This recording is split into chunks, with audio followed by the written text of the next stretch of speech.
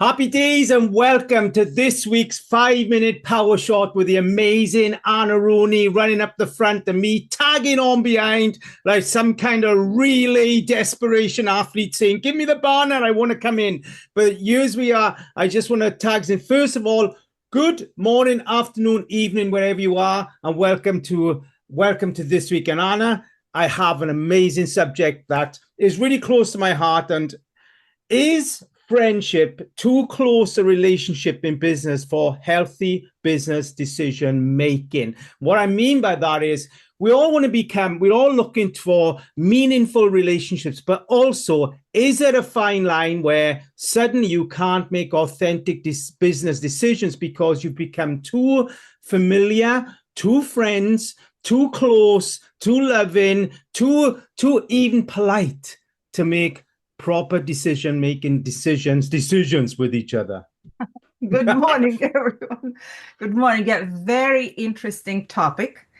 And it's actually one that I'm exploring with two intelligence, may I say, right? Mm-hmm. We all talk about emotional intelligence, but Yeah. there is another part to it, decisions intelligence, right? And when you Wow. mix two of them together, and also you mentioned relationship and friendship, which we all say the strongest business, your business will grow faster and stronger when you have great referrals. Referrals will happen if you have stronger connections. Mm-hmm. Stronger connection will happen if you have stronger relationships and friendships, right?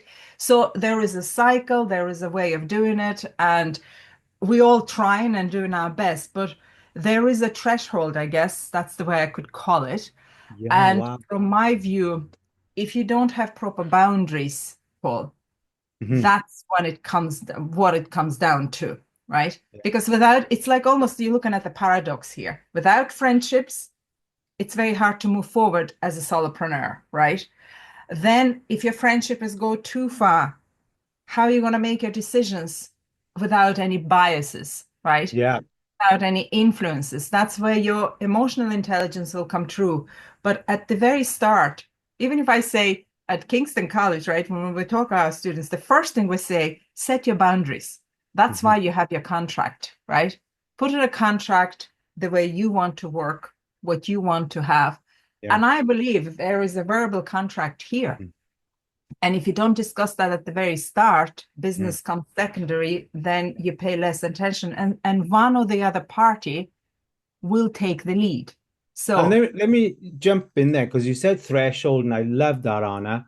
It made so much sense, and something that I've been victim to these last couple of weeks, which is gone too far into what was a friendship and become blinded by, I'm going to say, the need to be loyal to that friendship, and I forgot that there was a whole business involved here.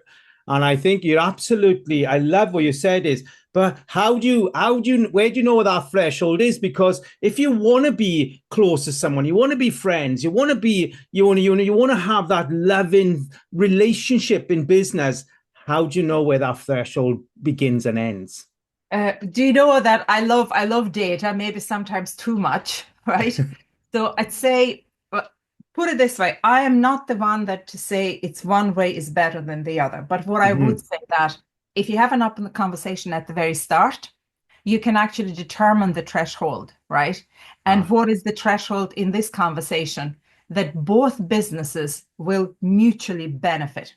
I think mm-hmm. that's a very important thing when you put in your collaborative hat Yeah. on and say, if I'm gaining something from this, how that decision actually reflected into my Yeah. business, right? And to me, if that doesn't reflect a mutual benefit, I will question the friendship and relationship that you actually have, that you think that a strong friendship, right? So I guess an open conversation at the very start and see where you want to go, where the other person wants to go. And then with a collaborative manner, draw some threshold points because they might be different for one or the other. Businesses might be different, Yeah. right? But the main thing, you don't want to lose your friendship over business and you don't want your business suffer over your friendship. So that's Wow. what I would say. And let me just put this in also is that here's the thing is if it feels personal, it's no longer business. You could say that, Paul, but I would probably argue that a little bit, right? Because how far you can grow your business if you don't have that personal touch. Wow, You know? there's such a fine line here. I think we have to crack on with this again at another time. So Anna, too. thank you ever so much for your mind, heart, and soul on this week's 5 Minute Power Shot. Cheers. Bye for now.